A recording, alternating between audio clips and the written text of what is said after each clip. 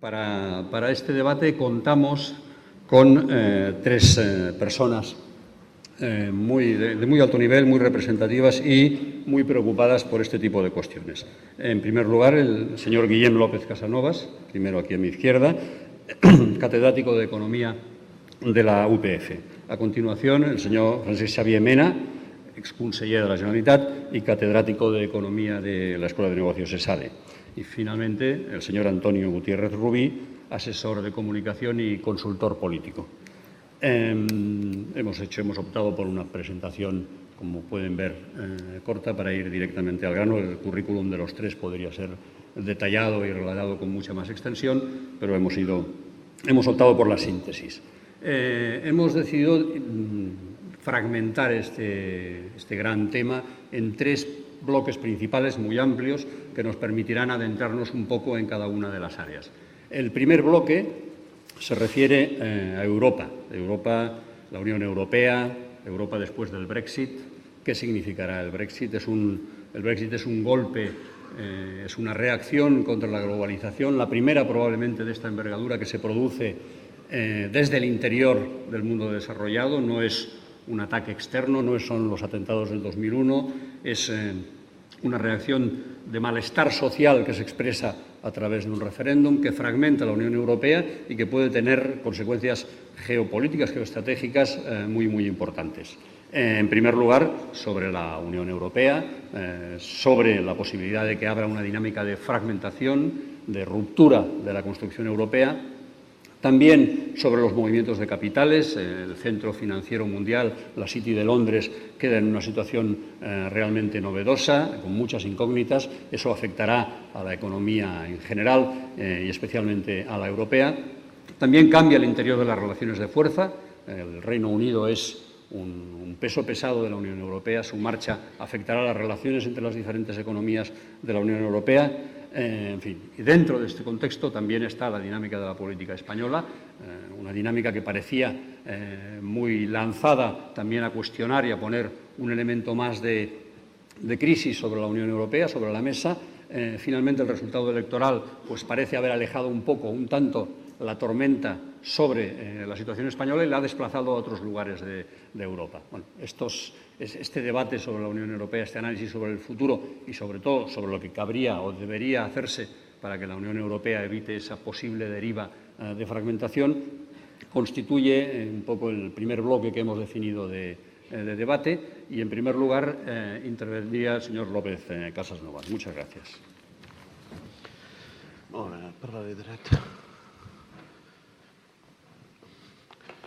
Muy buenos días. Debería decir al principio que es un placer estar, pero tengo otros placeres que estos viernes, además en Sitges, porque cuando te invitan es cuando agradeces más la invitación, cuentan contigo, cuando estás ya cercano al día que te toca exponer, entonces con un poco de miedo escénico acabas levantándote muy temprano por la mañana, por aquello de Guardiola de hacer las cosas bien. Y he acabado haciendo un pequeño PowerPoint que va a quedar a disposición, pero que me permite, con la complicidad del moderador y con los colegas de debate, introducir un poco el tema, ni que sea por lo que reza el título que aquí nos convoca, que es el de la economía, la geoestrategia y los valores. Lo he preparado simplemente como contexto inicial y esto me ha servido para poner al día las cuatro cosas que sé de estos temas que tienen que ver básicamente con mi participación en alguna ocasión en el instituto, con Javier Solana en el Instituto Aspen, que se dedica a estas cosas, y al Fórum de Bankinter, que de modo reiterado analiza este tipo de temas. Entonces, lo que he hecho simplemente en 3 slides es acotar un poco los temas. Los tienen ustedes aquí. Cuando hablamos de geoestrategia, la parte de ubicación tiene que ver siempre con lo que son las fuentes de los recursos naturales. En estos momentos el debate está básicamente centrado en los precios del petróleo, que tiene, como saben ustedes muy bien, una especie de dislexia entre lo que leen de la situación los países productores y los países consumidores. Y entonces esto es un reparto de ganancias muy desigual, incluso con varianzas internas, porque dentro de los productores hay los que pueden aguantar precios bajos, los países que pueden aguantar precios bajos y los que están próximos a la ruina, Venezuela y compañía. Y entre los consumidores, pues lo que le pasa a los emergentes, que son los que mayor peso relativo tienen en el consumo. En el geo está siempre también la ubicación de los países y tenemos el hecho nuevo de lo que representa Ucrania para la Unión Europea en la confluencia o puerta de entrada con Rusia. Igual podríamos hablar del canal de Suez. Y no solo por el componente logístico, también por el componente de ocio. El que haya un problema en uno de estos países mediterráneos, pues suelen ser alegrías para los de mi pueblo que se dedican al turismo masivo. Un tercer elemento que está muy de moda, igual Tony nos habla con más detalle, es el de los estados frágiles. Los estados frágiles son los estados que tienen poder, pero no consiguen implantar un mínimo de autoridad y entonces su fragilidad genera spillovers, genera externalidades para el conjunto de la economía. Y aquí tenemos países conocidos, que aquí menciono unos cuantos, hay aspectos que son tribales entre musulmanes, pero hay también lo que tiene referencia a estados que, como decía antes, tienen poder pero no autoridad y tienen una burocracia que no les funciona. Y esto marca mucho lo que es la externalidad negativa para el conjunto de las economías. La movilidad de las migraciones, de aquí no hace falta que diga mucho, son deslocalizaciones masivas que tienen impactos enormes, también en cuestiones de salud pública muy poco consideradas, pero muy importante. Y finalmente, en el tema de territorializar, pues lo que es un histórico de los análisis de Acemoglu y otros economistas de pro, entre lo que es expoliar, llegar a un territorio y aprovecharse de la transacción, disparos de un solo tiro, o cuando lo que hacen las instituciones es asentarse, establecer sedes y controlar los procesos. Esto es muy importante porque hay desde los que negocian con los países emergentes, con los países que salen de la pobreza y los que se instalan. Esto marca geoestrategias muy diferentes según tu grado de involucración. No es lo mismo estar de paso que tener tu sede en estos países en desarrollo. Para la parte de polis, significar solo tres factores: la incertidumbre política global, aquí podríamos hablar de Donald Trump y lo que se le ocurra con impuestos punitivos a la importación de productos de fuera de los Estados Unidos, o lo que pueda ser el acuerdo de asociación transpacífico. Son incertidumbres que son generales, que pesan sobre el conjunto de lo que podamos decir con más detalle dentro de un rato, especialmente los colegas que son los que saben más de estos temas. La inestabilidad política interna gubernamental. Yo pongo aquí Brexits diversos porque para mí no es tan importante el Brexit, que ya lo comentaré luego, actual, como los que puedan venir, o las ganancias de pescadores que ha generado este río revuelto que viene a continuación, secuenciado al Brexit. Y luego los temas de ciberseguridad. Yo he estado un ratito solo en una de las salas, pero ya sé que esto hoy en día está ya en los programas de los auditores. Esto es muy importante y puede marcar las fluctuaciones del global de la economía. Y en la parte ya final de la socioeconomía, pues tenemos la globalización. La globalización en sí mismo es un elemento que ha hecho que las fronteras dejen de ser relevantes, si acaso lo son solo para las personas, para frenar el movimiento de las personas, léase Brexit, pero no ya para lo que son las mercancías y el libre comercio. En las dos olas grandes de globalización que nos da la historia económica, entre el 1830 y 1940 hay una primera globalización. La primera globalización se acompaña de un incremento del tamaño de los estados, se reduce el número, se reduce casi a la mitad, de 150 se pasa a 70 y algo más. Y a partir del 1950 hasta la actualidad el proceso es inverso. Se multiplican los estados, con lo cual el secesionismo ya no es un elemento de autarquía que frene el libre comercio, porque precisamente el que seas pequeño lo que hace es exponerte más al libre comercio. Esos son factores muy conocidos, ya estudiados por la literatura. En el blog SEU, que es el blog del CPR, hay bastantes documentos al respecto. Socioeconómico también es la cuestión de la polarización. Polarización quiere decir enconamiento. No es solo la desigualdad, es que cuando desaparece la clase media, cuando desaparece el interlocutor, el intermedio, se rompen puentes. Y esto tanto vale para un diálogo cultural como para lo que es una distribución de renta mucho más sensata, que no de este modo haga una dicotomía tan fuerte entre los que sobreviven o surfean la crisis vivida y los que están hundidos y intentan nadar entre tiburones. Y finalmente el tema del nuevo trabajo. Este es un área de expertise de Tony, con lo cual supongo que nos hablará, pero lo que era la predicción de Keynes de que con el incremento de la productividad podríamos dedicar más de media jornada a nuestro ocio no se ha cumplido, y hay razones que explican todo esto. De todos modos, y acabo, separemos dos cosas. Las situaciones de geoestrategia que generan incertidumbre de las que generan riesgo. La diferencia en la teoría económica es que el riesgo se puede computar, responde a contingencias que se han vivido en el pasado y puedes asignar probabilidades. Incertidumbre es algo desconocido que no puedes generar sobre este nuevo evento un valor esperado, con lo cual la incertidumbre ha de preocupar mucho más que lo que sea el riesgo.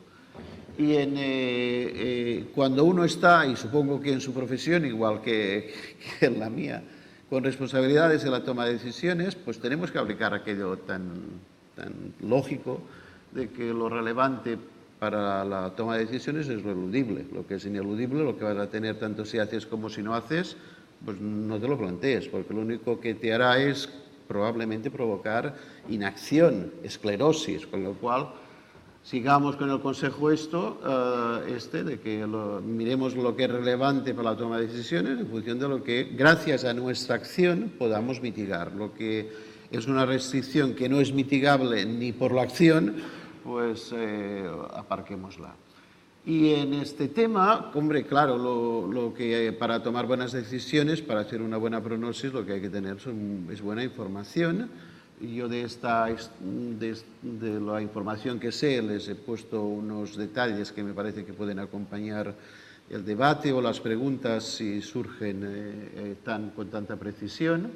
Pero acabaría diciendo esto, que es la última parte de nuestro debate hoy, que más allá de las coyunturas, más allá de lo que son pequeños detalles en la evolución de la economía, que marquen puntos de silla en las evoluciones, cambios en la segunda derivada, lo importante son las corrientes de fondo. Y aquí ya no es un problema de coyuntura, es de estructura, y hay que revisar esto en todo tiempo y lugar, sea la circunstancia que sea, y entonces tenemos que hablar de valores. En valores les traigo unas transparencias de lo que es lo que sabemos, la información que tenemos sobre las encuestas de valores de España dentro de Europa de la Fundación BBVA, publicadas el año pasado, y algunas referencias más concretas de SEO de Cataluña para dar un poco los tamices más locales. Y muchas gracias. Yo creo que con esto podemos ya entrar en el detalle que les parezca más oportuno. Gracias.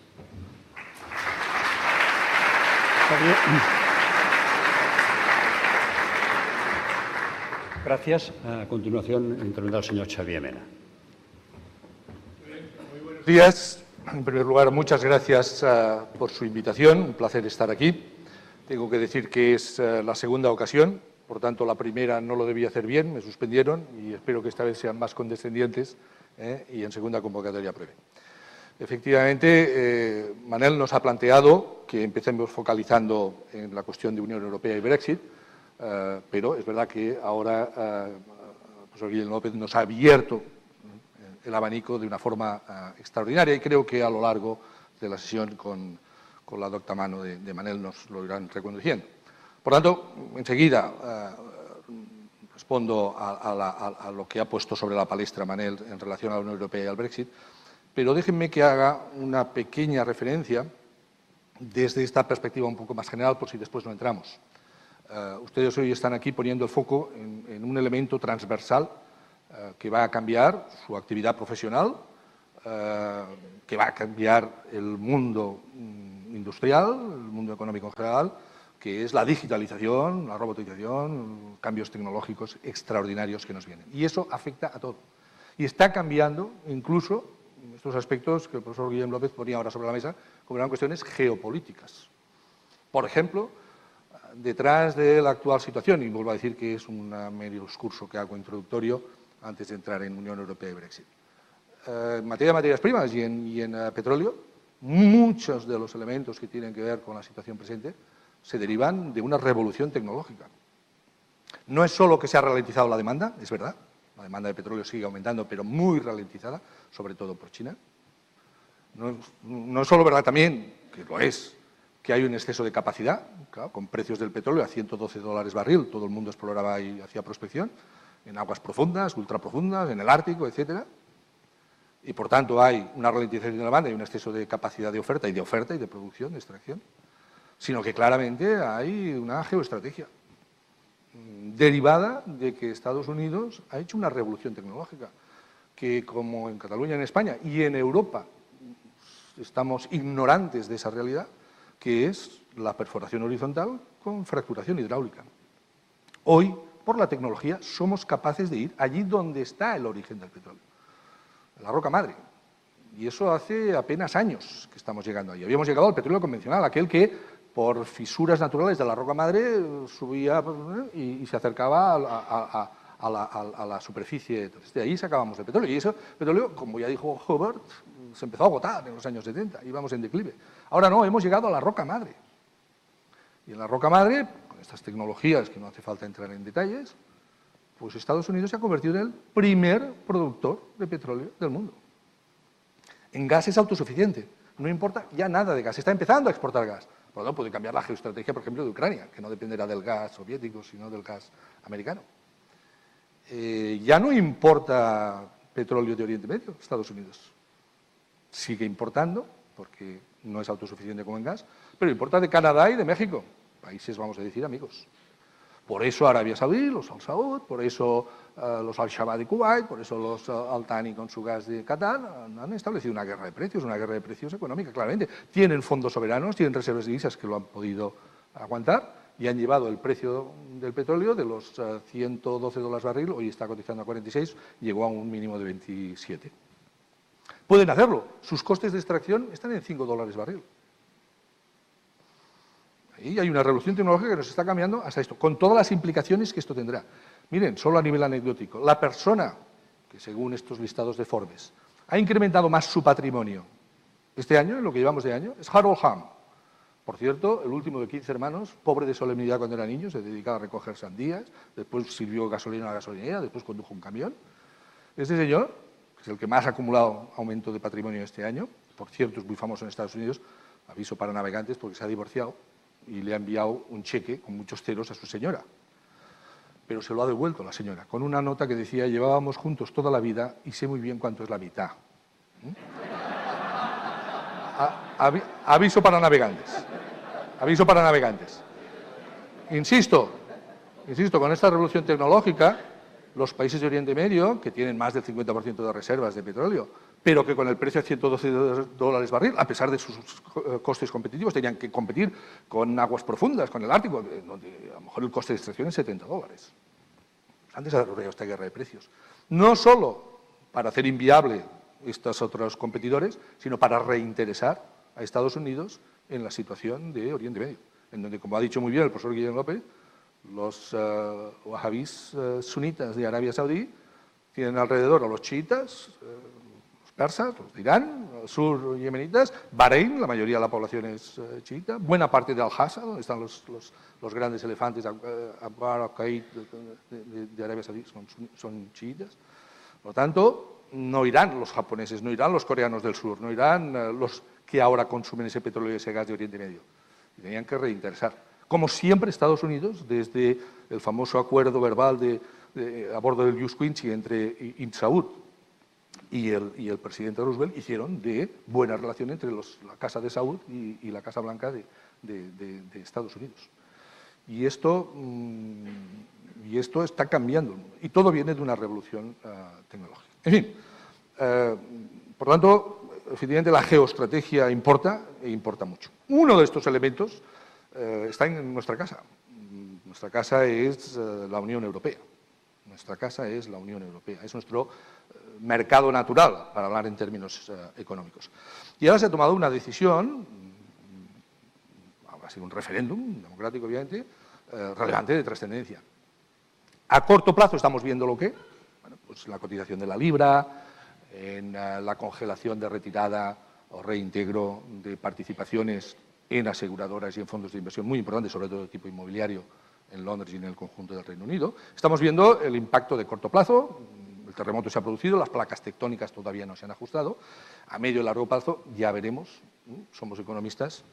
Yo tenía un profesor, el profesor Albrecht, en sus últimas clases que nos dijo, y ahora la última recomendación, cuando vayan a la vida profesional, cuando les pidan hacer predicciones, como mínimo háganlas a 100 años vista. Dice, así después no se lo podrán tener en cuenta, decía él, ¿no?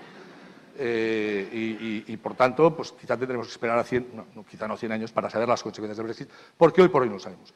Yo creo que hay un documento muy interesante, publicado por el Boletín Económico del Banco de España en marzo de 2016, en que están todos los elementos que estaban sobre la mesa de la oferta, digamos así, de Bruselas y de la Unión Europea al Reino Unido para que siguieran. Lo que pasa es que ha estallado por en medio el referéndum y por tanto esto no va a tener tiempo. Pero tengámoslo muy en cuenta. Todos lo sabemos. Margaret Thatcher dijo, me subo al tren de la Unión Europea, no del euro, que no subieron nunca, porque para parar un tren es mejor estar en la máquina que en las vías. Bueno, pues vaya intención con la que te incorporas al club.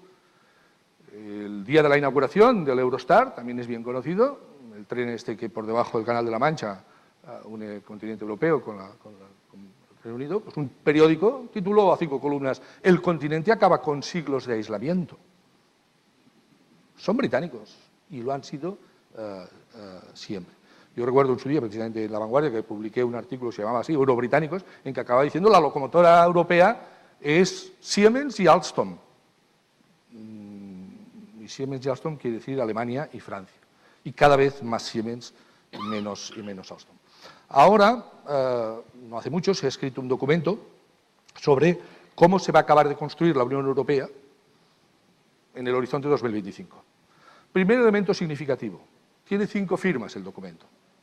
El presidente de la Comisión Europea, el presidente del Consejo Europeo, el presidente del Eurogrupo, el presidente del Banco Central Europeo y el presidente del Parlamento Europeo. Como decía Henry Kissinger, si tengo que llamar a Europa, ¿a quién llamo? Pues según para qué, ¿a quién?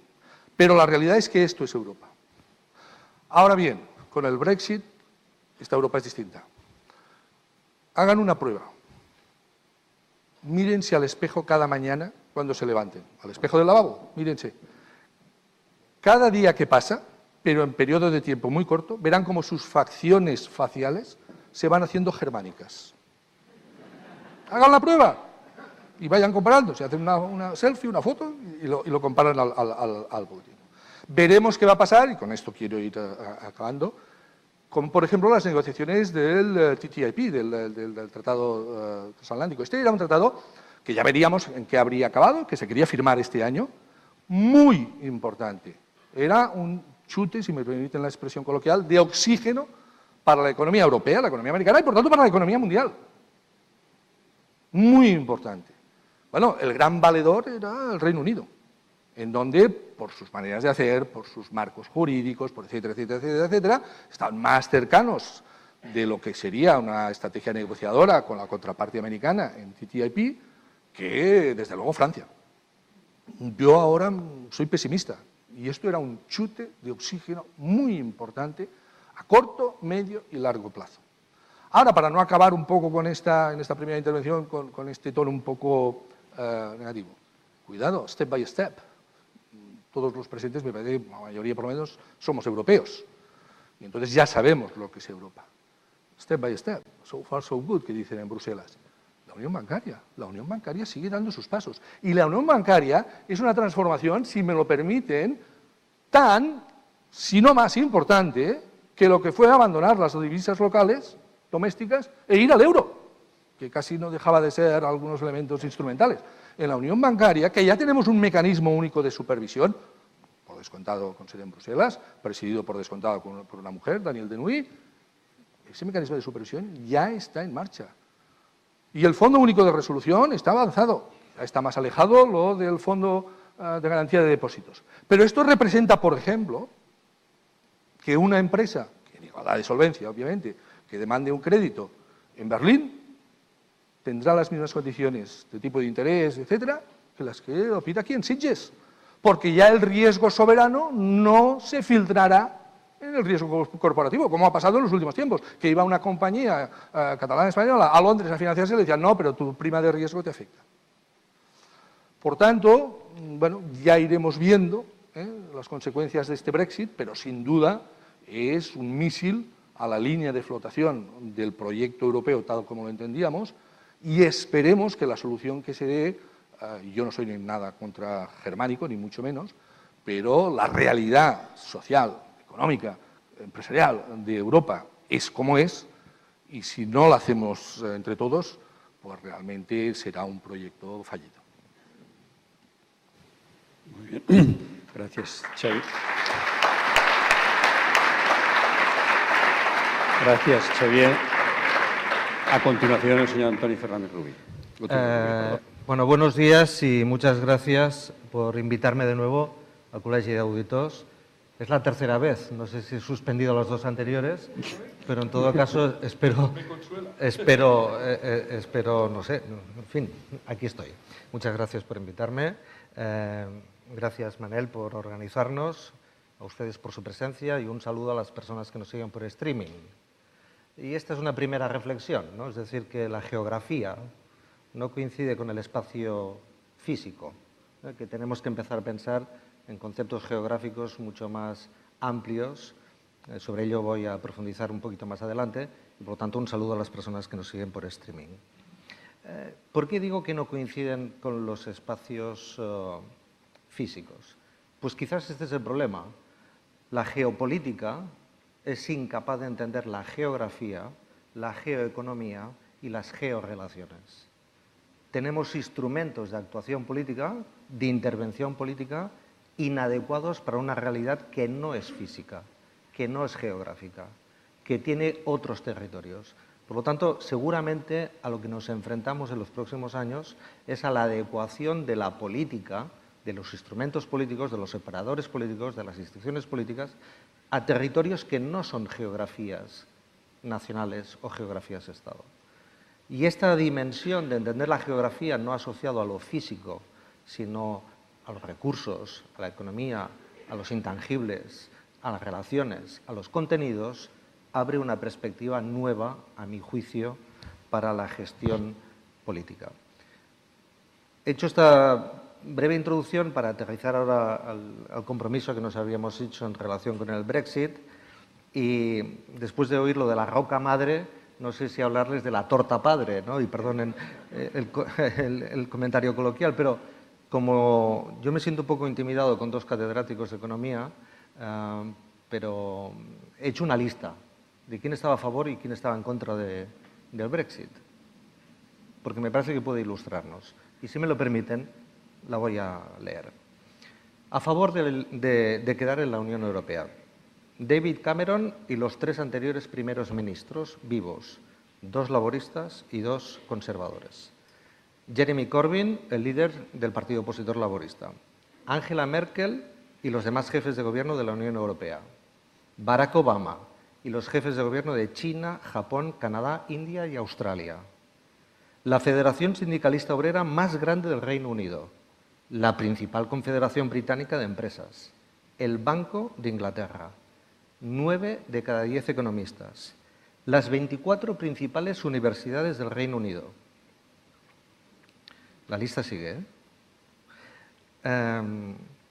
300 historiadores, el Fondo Monetario Internacional, el Banco Mundial, los 2 anteriores jefes de los servicios de inteligencia del Reino Unido, 8 exsecretarios del Tesoro de Estados Unidos, la OTAN, Toyota, Audi, Ford, BMW, Nissan, Jaguar, Honda y todas las compañías, digamos, de transporte y aeronáuticas.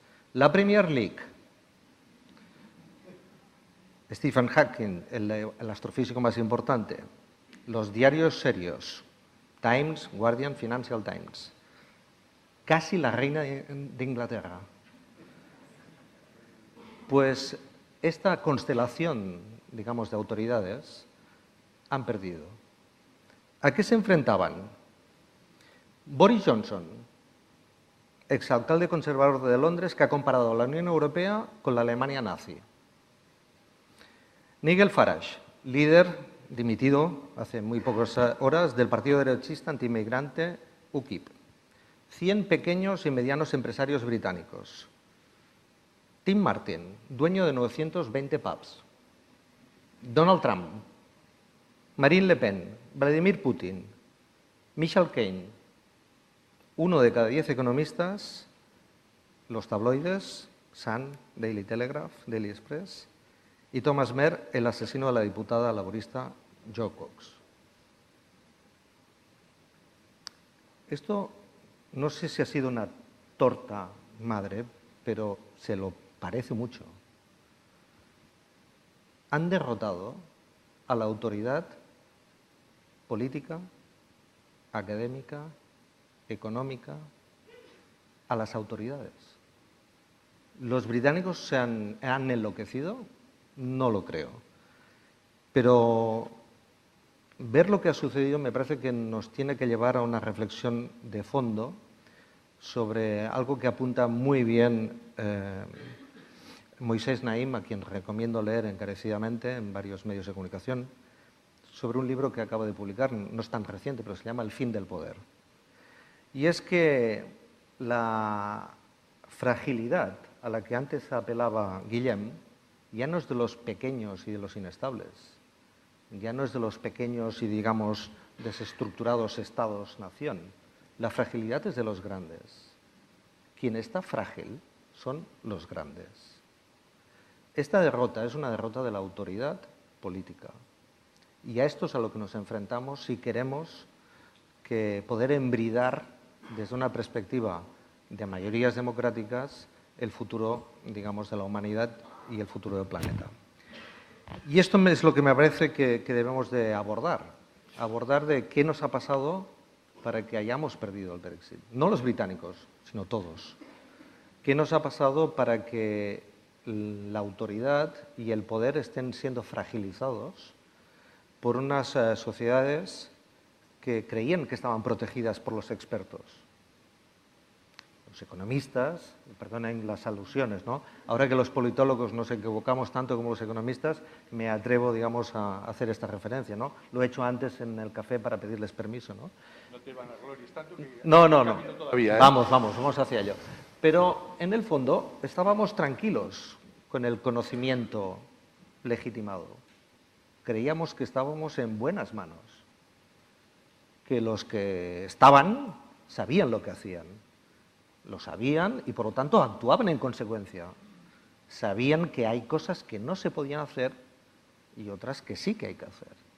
Que cogían los datos y los miraban de frente y no los ocultaban. Que no maquillaban. Que abordaban la realidad y cuidaban de los intereses colectivos. ¿Y si todo eso no pasó?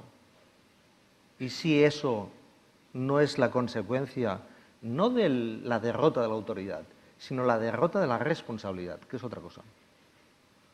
Quizás cuando dejamos de ser responsables desde la técnica, desde el conocimiento, desde la función pública y política, quizás cuando empezamos a poner paños calientes o a mirar para otro lado, pues lo normal es que la gente que confía en la técnica y en los representantes y en las instituciones, en la intermediación autorizada y legitimada, pues sienta que han sido defraudados o engañados. Y acabo con 2 observaciones. En las pasadas elecciones, 26 de junio y 20 de diciembre, en los debates electorales, temas importantes, y temas importantes, vamos, que son indiscutibles por las instituciones financieras, monetarias, económicas y políticas y académicas del mundo, ¿no? Cambio climático, el futuro del trabajo, temas de fondo, no fueron citados, abordados, de verdad. Casi les diría que no se citó ni la palabra Internet. Es decir, estamos, yo creo que bordeando, y lo digo sinceramente, una falta de responsabilidad en decir a las cosas por su nombre, en abordar claramente los retos a los que nos enfrentamos, en darnos cuenta de las limitaciones, y este Brexit ha sido, yo creo que una bofetada, de verdad, a todos aquellos que de alguna manera participamos de una cierta patada hacia adelante. Bueno, esto ya, la próxima generación. Pues señores, la próxima generación ya no va a vivir mejor que la nuestra. La próxima generación no puede resolver nuestros problemas. No podemos tirar hacia adelante los retos del presente. Y de alguna manera siento, y con esto conecto con el título de valores, que cuando hablamos de economía y geoestrategia hemos perdido el valor de la responsabilidad de fondo, ¿no? Cada cual en su posición, auditores, expertos, técnicos, economistas, representantes, tenemos que volver a la idea de la responsabilidad del bien común. Porque el Brexit es una amenaza muy, muy seria. La pérdida de la autoridad legitimada, la pérdida de la autoridad académica, técnica y económica es una derrota que nos avisa de otras pérdidas. Y por lo tanto tenemos que tomar nota adecuadamente y enfrentar los retos que vienen con otra seriedad. Muchas gracias.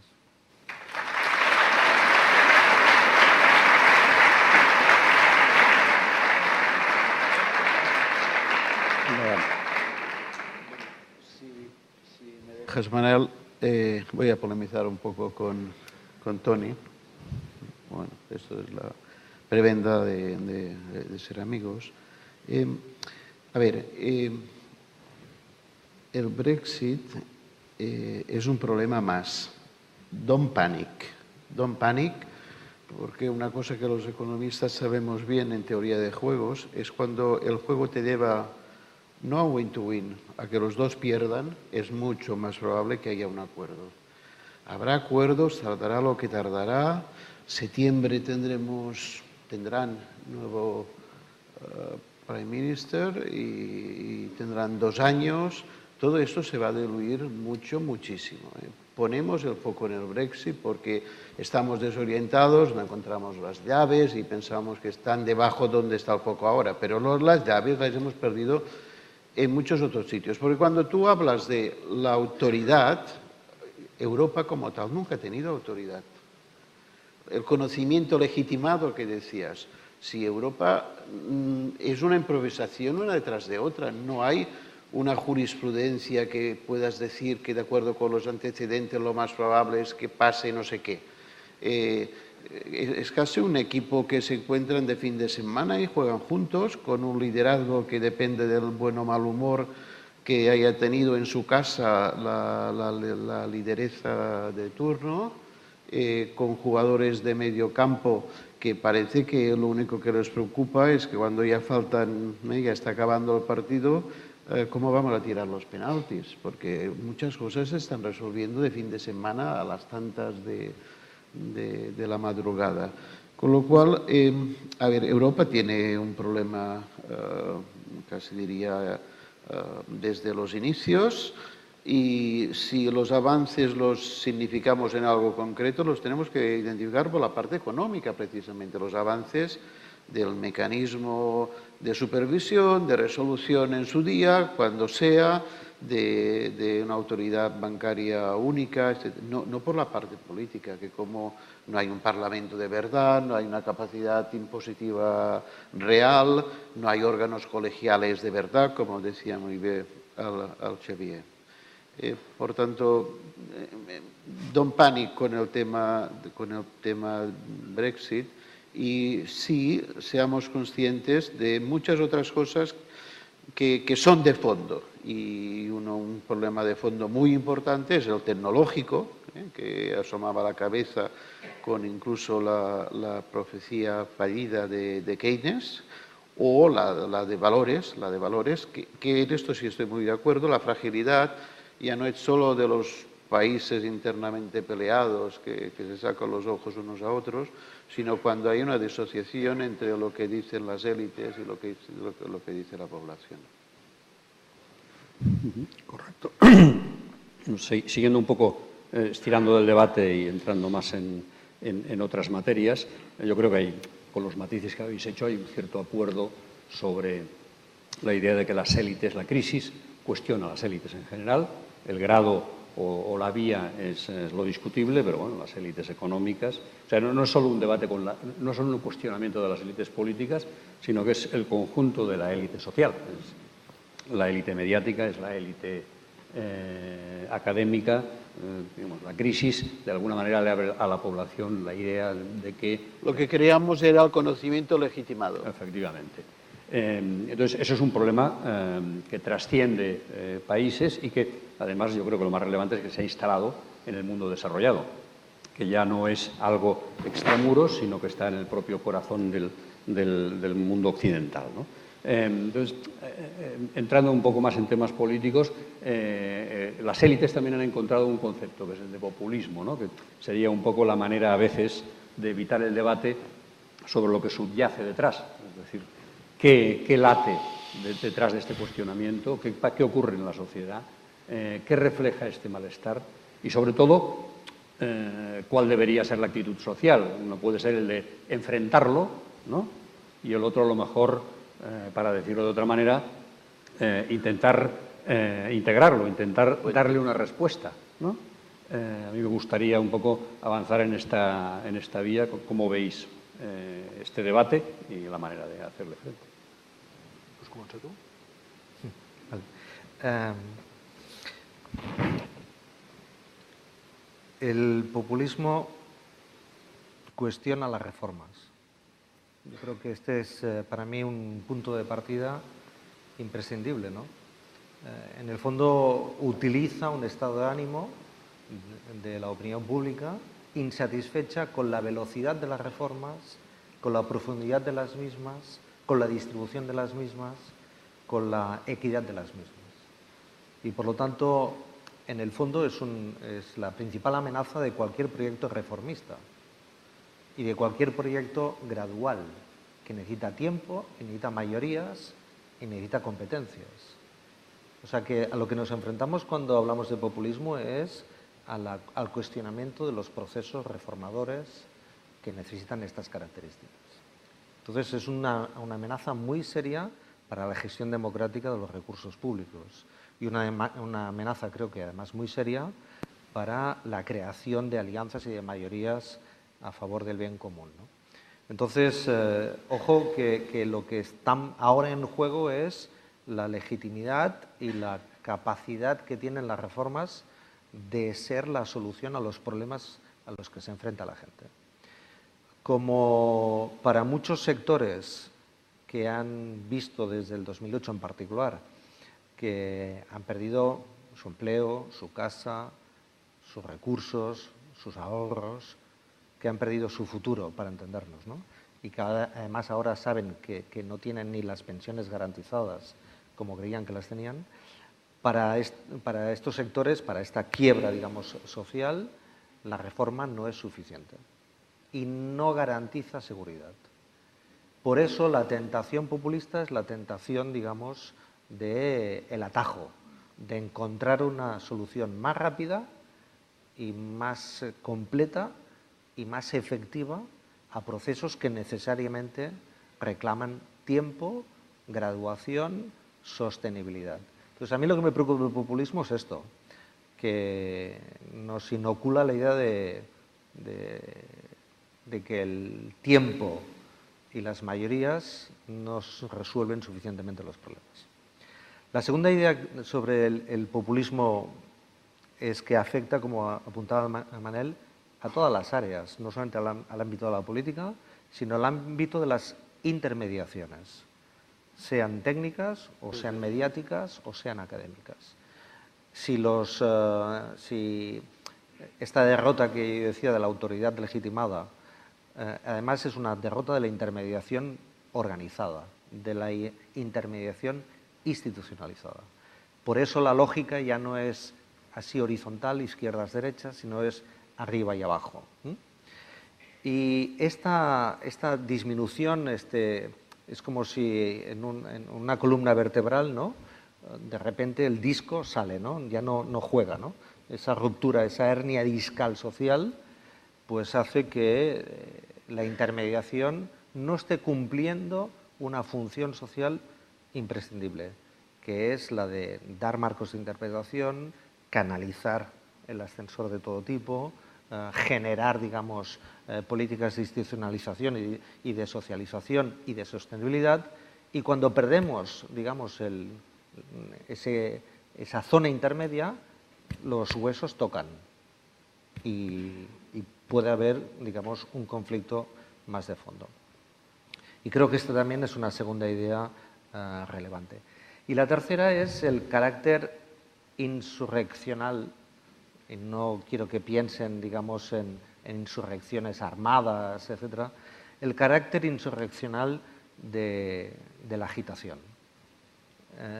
Cuando tienes la piel, digamos, golpeada y sensible y deteriorada, lo normal es que tu agitación tenga este punto insurreccional, que puede ir desde la deriva de no creerte en las autoridades, no creer en las alternativas que nos ofrecen las autoridades de todo tipo, no creer en los intermediarios y buscar, digamos, una solución, un atajo insurreccional desde el punto de vista, digo, cultural, no estoy hablando desde el punto de vista político tradicional, ¿no? Y esta insurrección, digamos, de la gente desesperada y de las personas que sienten que su futuro no está garantizado, es muy difícil de gestionar. Por lo tanto, no hay otra solución que el populismo se gana con más política y más democracia, no con menos. El populismo es la solución fácil, simple, a los problemas complejos y completos. Y no podemos permitir, desde un punto de vista de cohesión social, de sostenibilidad, que los problemas complejos los simplifiquemos con frases muy simples, ¿no? Entonces, esta idea insurreccional me parece que tiene que llevarnos de nuevo a la idea del compromiso y de la responsabilidad. Tenemos que poner más política, más democracia, mejor política, mejor democracia, para evitar que resolvamos los problemas complejos con soluciones simples. Todos ustedes que trabajan en el mundo económico y empresarial saben que los problemas, para resolverse, si se quieren resolver de verdad, y ahora esta generación, nosotros, nos toca resolver problemas que no podemos aplazar, necesitamos tiempo, alianzas y profundidad. Cualquier camino intermedio o cualquier atajo sería un gravísimo error. ¿Está bien?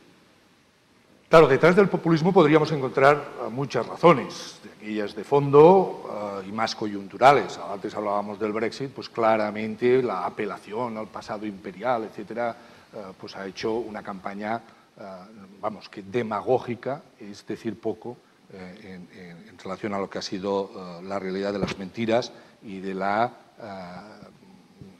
utilización perversa que se ha hecho de los argumentos. Pero hay muchas otras cuestiones de fondo. Y es que el mundo nos está cambiando a una velocidad extraordinaria. No solo en la bolsa de Hong Kong los operadores del Hang Seng leen continuamente un letrero que pone allí en esta sala 1 minuto es una eternidad. Es que nos ha cambiado el mundo.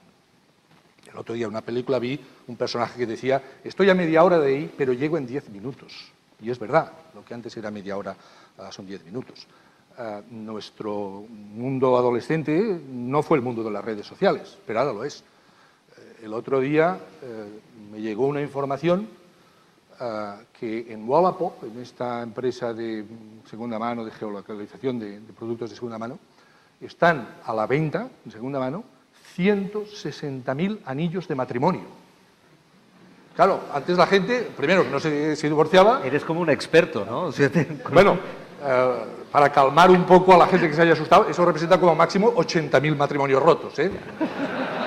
Hay que ponerlo también en su dimensión, ¿no?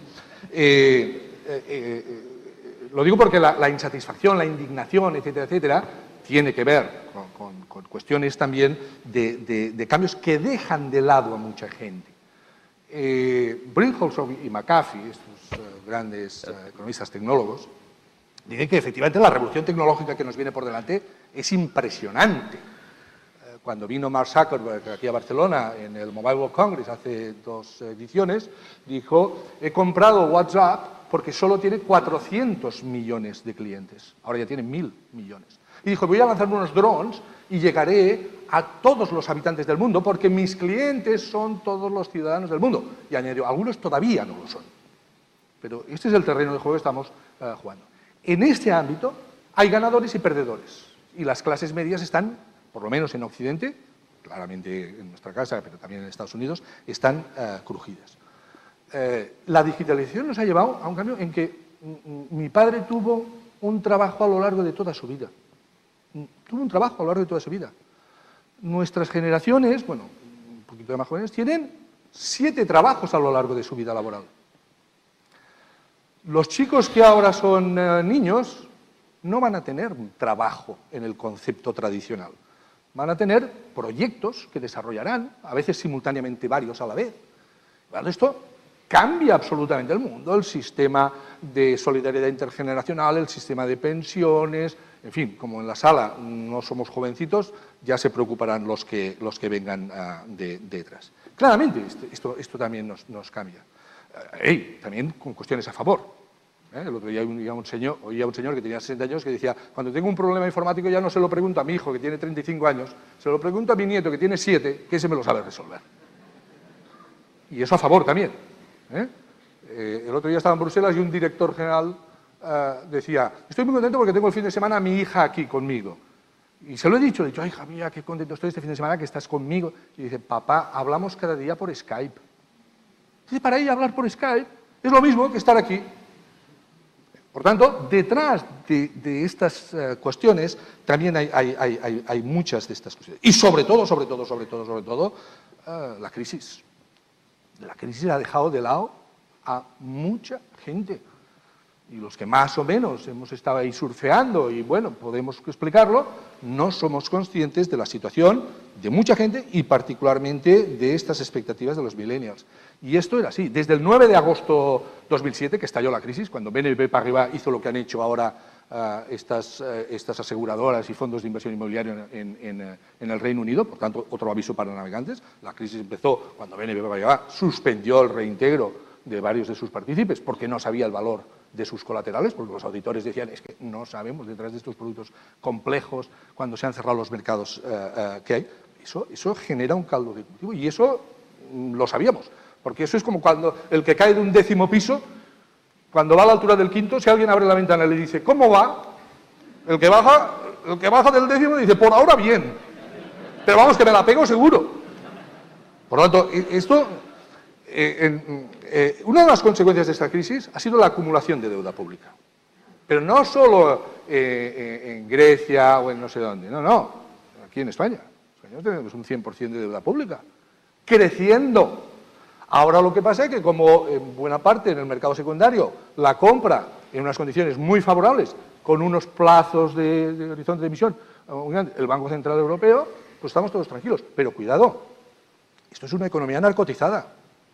Esto es inyectarse heroína directamente a la vena, que, en fin, no lo he probado nunca, pero dicen que genera una euforia ese día extraordinaria. Pero si sigues así y llevamos así tiempo, y según nos ha dicho el señor Draghi, esto lo ha aplazado al año que viene, y en lugar de 60.000 millones son 80.000 millones, y en lugar de horizontes a 28 días son a 3-4 años, y colaterales de garantía, como la banca está zombie y no puede aportar nada de garantía, pues dice: mire, coge un papelito y ponga: he trincado 20.000 millones y a ver si dentro de 4 años los puedo devolver.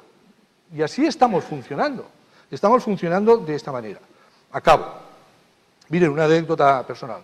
Yo estoy en un consejo de un fondo de inversión muy importante. Gestionamos 55.000 millones de euros en Europa. Gestionamos fondos, sobre todo feeder funds, que son aseguradoras y fondos de pensiones y tal. Por tanto, invertimos siempre a 15 años con rentabilidad recurrente y tal. No sabemos de dónde sacarle rentabilidad. Si ahora incluso los bonos corporativos ya no dan rentabilidad.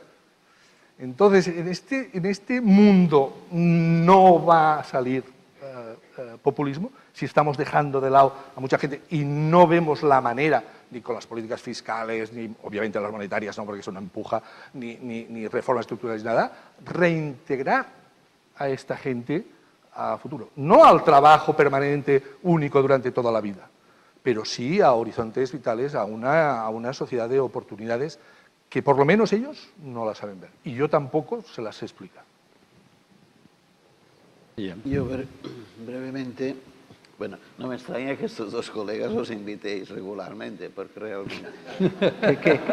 ¿Por qué suspendemos? Hasta yo me lo... No, al revés, la recurrencia en el Código Penal sería un agravante.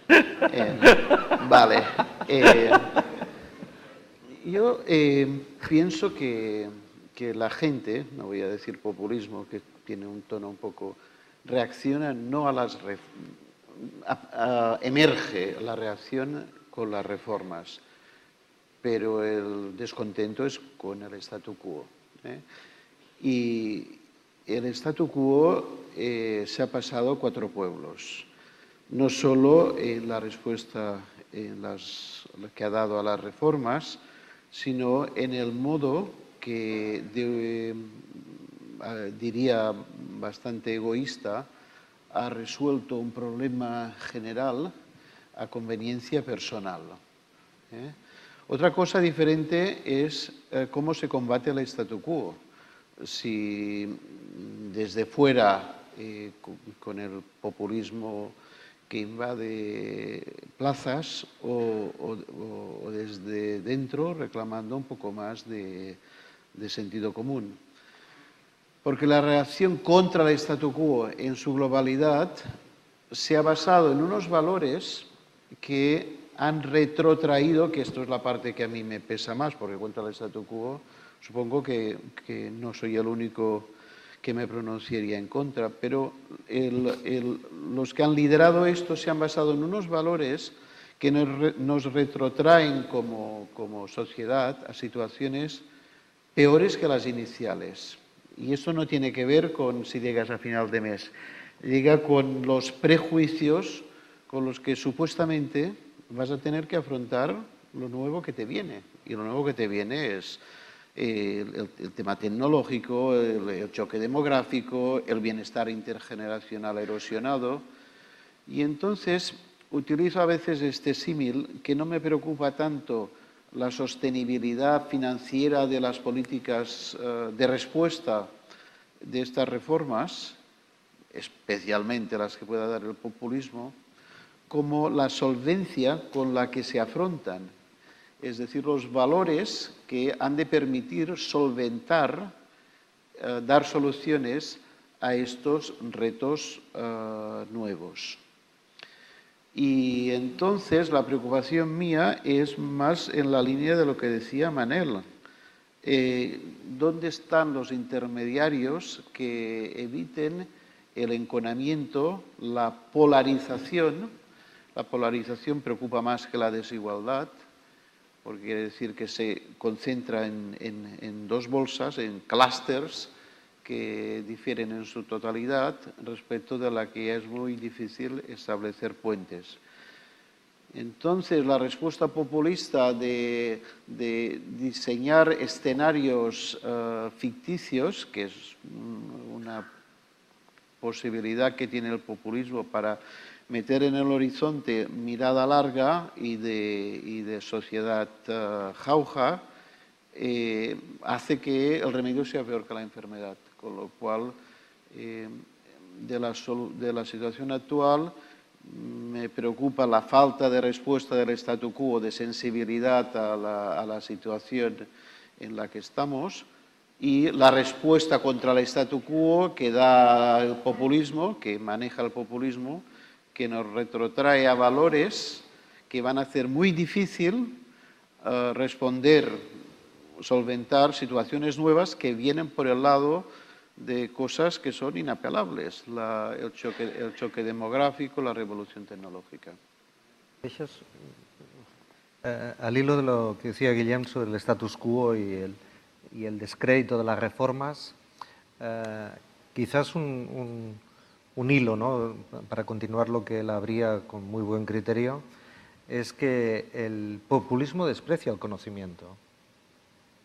Es decir, Donald Trump, por ejemplo, en la campaña norteamericana, se jacta de las cosas que no sabe. No de las que sabe, de las que no sabe. Y esta insurrección contra el conocimiento, ¿no?, contra el status quo establecido, ¿no?, contra los que saben, mandan, ordenan, están, es muy peligrosa. Y por lo tanto hay un desplazamiento del conocimiento a las creencias. Y una sociedad de creencias es una sociedad muy vulnerable y muy inflamable. Porque si el conocimiento es desplazado por la creencia, el prejuicio, la turba, es decir, procesos de irracionalización, de interiorización de los problemas colectivos en clave de creencia, es evidentemente peligrosamente antidemocrático, ¿no? Y por lo tanto, quería simplemente introducir la idea del desprecio a la inteligencia que está detrás de algunas fases de populismo. Y un comentario: cuando piensen en populismo, no piensen solo en plazas, o no necesariamente en plazas, sino en urnas, ¿no?, que es donde ahí hacen daño, ¿no? Introducimos ahora ya preguntas que proceden directamente del auditorio y además empalman un poco con lo que estábamos hablando, lo llevan un poquito más allá. Por ejemplo, hay algunas preguntas que plantean abiertamente la posibilidad de que haya otros Brexits, entre comillas, en Europa, ¿no? Hay un posible referéndum en Italia, hay elecciones presidenciales en Francia el año próximo complicadas. De hecho, hay quien plantea que la activación del artículo 50 del tratado para activar el Brexit debería esperar a que se produjeran esas elecciones primero. Un poco la pregunta sería, ¿qué posibilidades veis de que ese Brexit se reproduzca en otros países de Europa y, por lo tanto, se avance en esa vía de desintegración? Y yo introduciría, además, que lo que está poniendo sobre la mesa también el Brexit y todos estos movimientos, incluso el populismo, es que una parte importante de la sociedad ve el Estado nacional como la única barrera de protección, ¿no? Y en ese sentido, también, ¿qué opináis, ¿no? Si queréis, empezamos por Xavier, que es el último, el que había hablado más tarde, más pronto. Pues muy brevemente, si se sometieran a referéndum, no tengo ninguna duda, los sociólogos nos dicen que las fobias europeístas están muy arraigadas en algunas sociedades, en algunos países, empezando por Francia. Y no excluiría, por ejemplo, que según y cómo otros países, como Dinamarca, por ejemplo, sí se sometiera a referéndum. Lo que pasa es que eso, después de la experiencia que se ha vivido en el Reino Unido, creo que, a menos que sea un partido populista, pues se habla de Marine Le Pen, etcétera, etcétera, etcétera, yo no creo que ahora ningún gobierno se arriesgara a convocar un referéndum. Ahora bien, para eludir estas posibilidades, que no deja de ser una disrupción legítima, pero una disrupción importante, sobre todo para los que creemos en un proyecto de integración europea, la unión política yo estoy seguro que no la veré, pero ¿por qué no una unión monetaria completada, una unión fiscal, etcétera, etcétera? Se tiene que hacer algo, se tiene que hacer algo. Y retomo, con esto acabo, retomo lo que decía antes.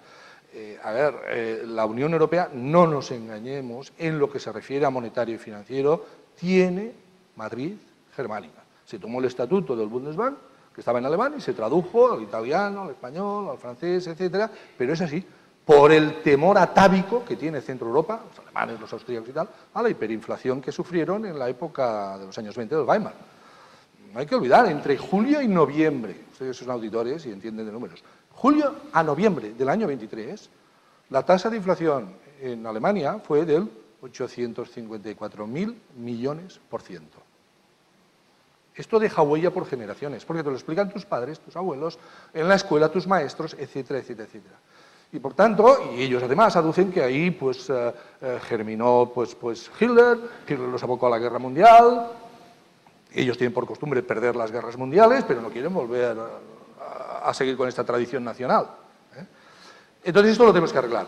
Fíjense una cuestión, yo he visto un contrato energético en donde ponía el contrato se pagará, se liquidará en euros alemanes. Y yo le dije al abogado de la contraparte, le dije, ¿y esto? Y me dijo, por si acaso.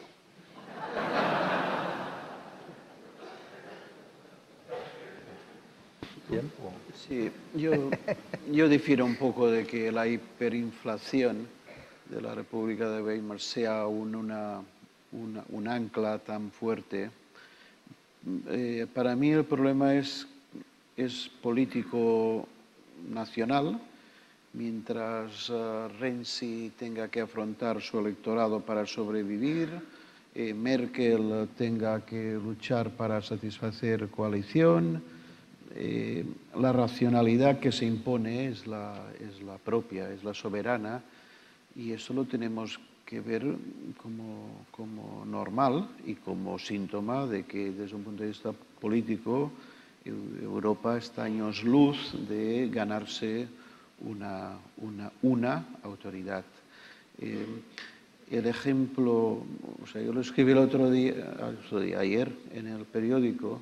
Me preocupa más del Brexit el precedente que genera, que en estos momentos Italia, que necesita sanear su banca, se salte las propias normas que entre todos hemos aprobado, incluso ellos, y que ante un burden share o un bail-in de la deuda subordinada que Montepaschi tiene colocada entre minoristas, o sea, a la Bankia, para entendernos, a la de preferentes, claro, esto le puede hacer perder unas elecciones. Entonces, entre sobrevivir políticamente o respetar los acuerdos de la Unión Europea, pues es que no tiene color. Y esto le pasa de vez en cuando también a Merkel, y aún con el beneplácito del Tribunal Constitucional alemán, que era inicialmente el gran peligro y no ha parecido que sea el gran problema. De todos modos, yo creo, Manuel, que deberíamos hacer un esfuerzo en positivo, porque si no, en política económica hay que llegar llorado, visto lo que... Entonces, yo ya sé que los politólogos, lo que voy a decir ahora, los economistas nos equivocamos, bueno, economistas de toda condición y de todo pelaje, por tanto, tampoco no voy a dar una respuesta solidaria de todos ellos. Pero yo creo que los avances de Europa, si se producen, vendrán por la línea económica, no las veo por la línea. Y cuando la economía lo haga inevitable, y espero que la política se acople. La política monetaria tiene unas bases de decisión que no requieren tanto lo que es la interpretación convencional de democracia que tienen los políticos, porque la política fiscal sí, y por eso no hay manera de ligar la política monetaria con la política fiscal, pero la política monetaria no, porque por genética la política monetaria no puede pasar por una comisión delegada de presupuesto y gasto público y hablar 6 meses sobre si subimos o bajamos la oferta monetaria. Con lo cual, la condición un poco es la de rugby. Patada a seguir, la pelota rueda como rueda, pero en estos momentos los únicos que son pateadores son los Draghis y compañía. Yo no veo los políticos, yo creo que los políticos no están a la altura de la circunstancia. Sobre Brexit, ¿no? Yo sitúo, a mi juicio, 2 grandes desafíos, ¿no? Porque Brexit es salir de Europa y otros Brexits que tienen que ver con salir del sistema, ¿no? El primero es el futuro del trabajo. Yo creo que tenemos que ser muy claros sobre este tema. En Davos este año hay otro informe muy importante de la Universidad de Oxford.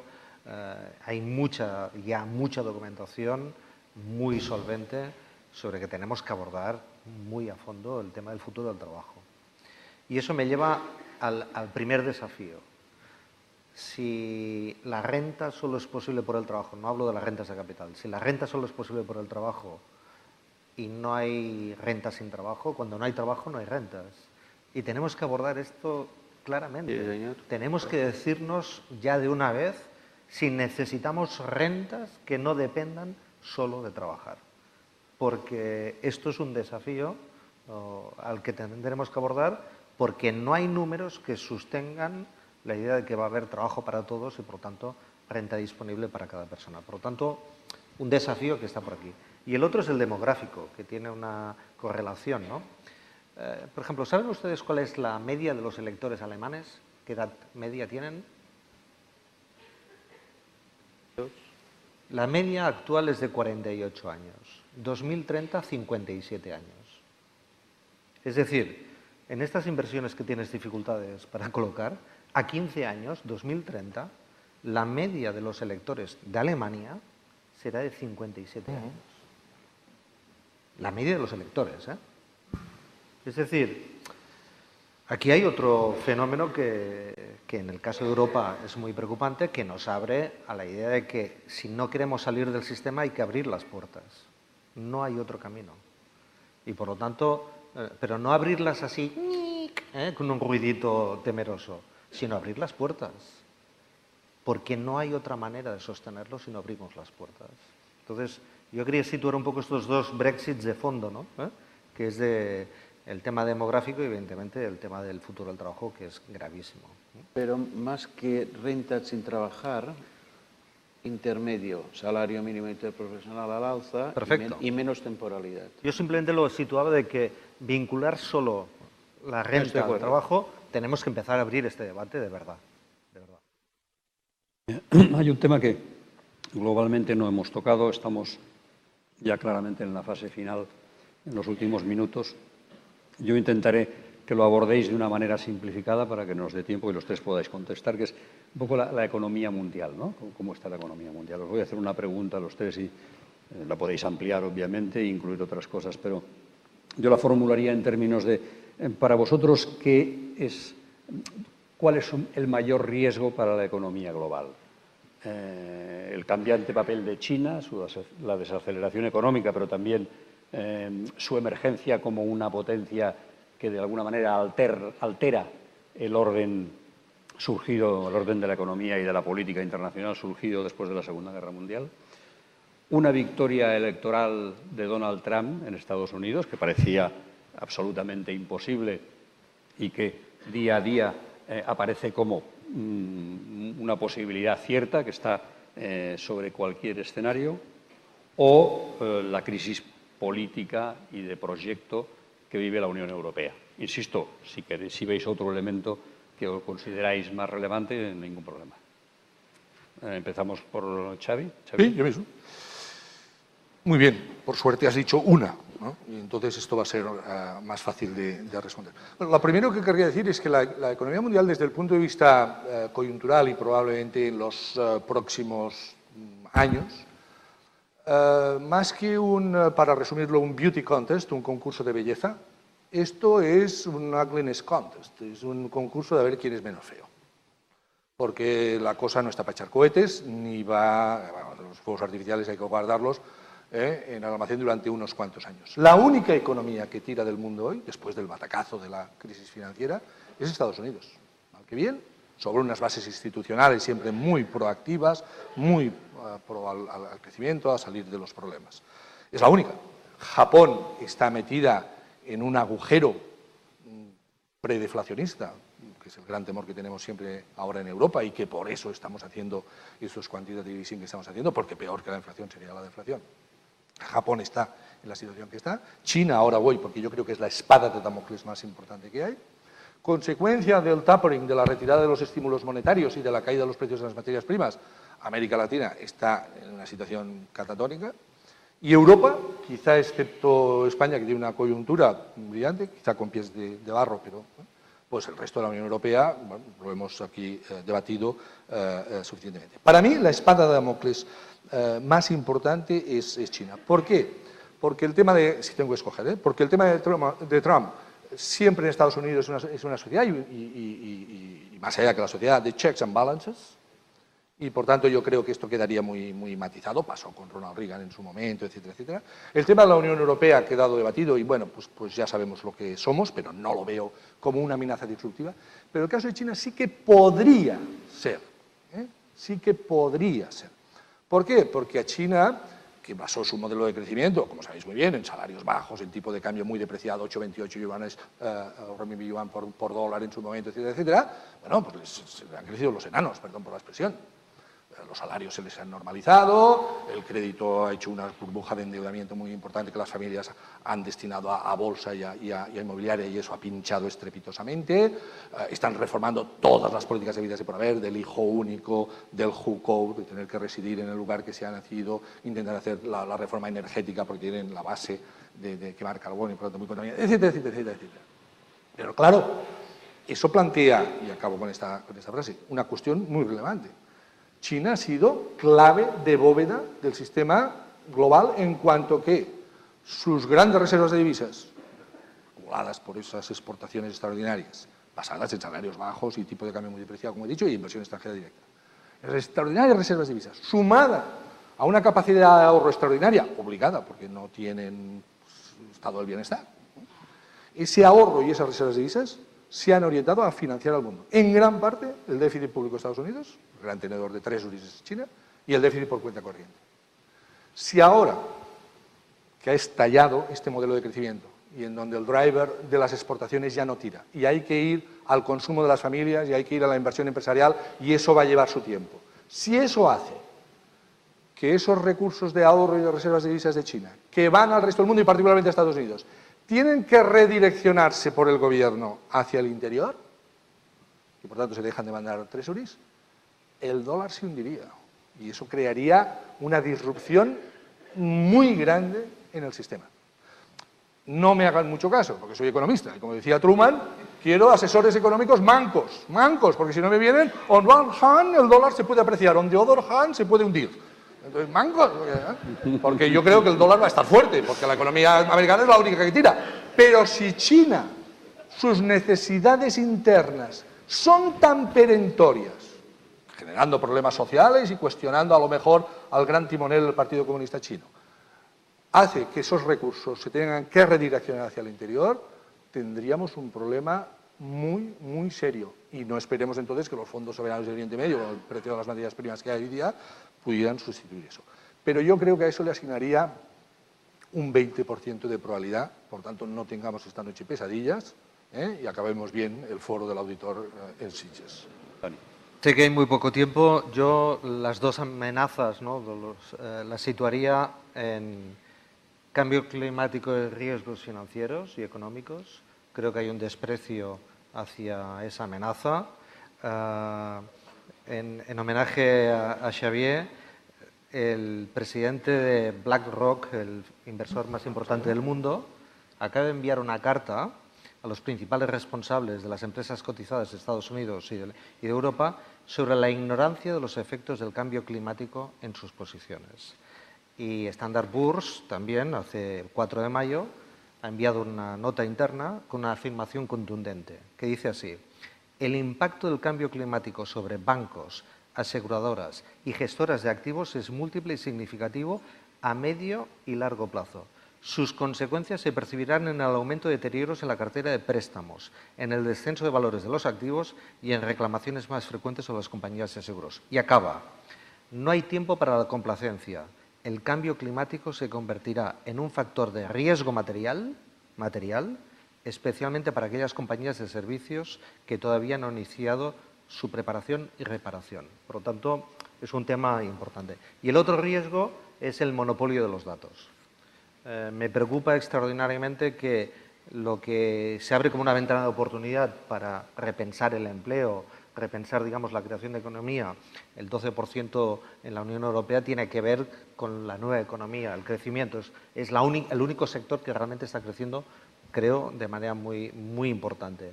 Pues que se produzca un proceso de concentración y de monopolio del dato y de la información, que sería preocupante.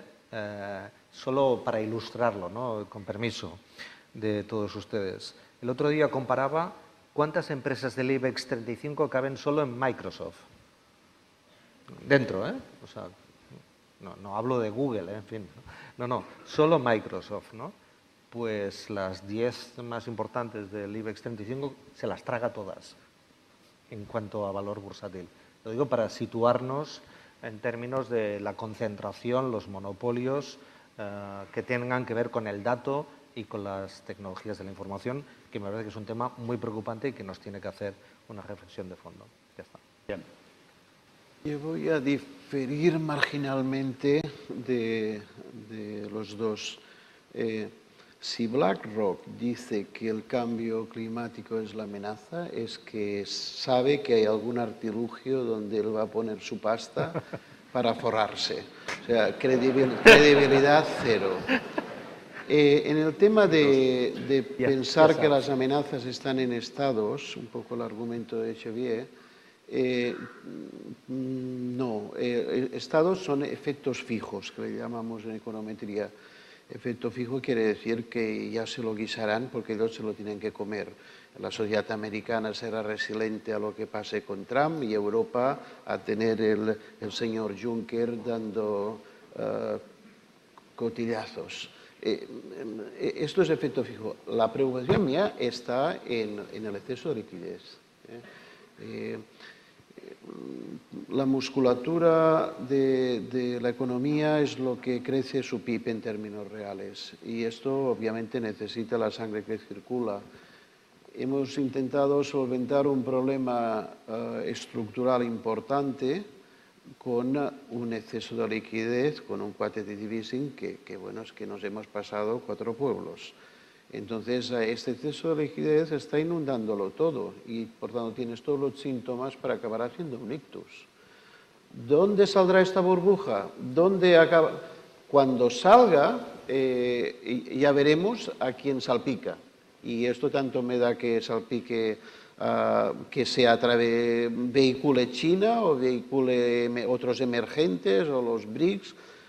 Yo creo que los estados son tan frágiles en la nomenclatura anterior que están asustadísimos de cómo eclosione esta burbuja de liquidez que nos invade.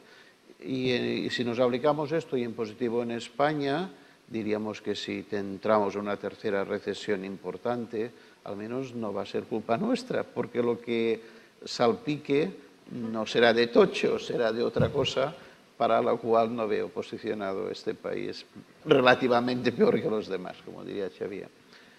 Este es un poco mi sentimiento. El exceso de liquidez es un gran peligro para la economía, para la aparición de nuevas burbujas y los países van a ir un poco a remolque. Los estados son muy frágiles y se lo van a fagocitar en la medida que puedan sin que esto sea factor de agravante. Sí, si me permites 10 segundos, Manuel. Los bancos centrales han apagado el fuego y el Banco Central Europeo ha apagado el fuego. Sí. Pero está echando tanta agua y sigue echando tanta agua que el problema del edificio no es el fuego. Y no estamos hablando de tabiques ni de columnas. Los cimientos. Estamos hablando de los cimientos. Este es el problema. Pero tienen que seguir echando agua. Bueno, creo que hay que felicitar a los conferenciantes. Menos mal que acabábamos de su vida, ¿no? Sí.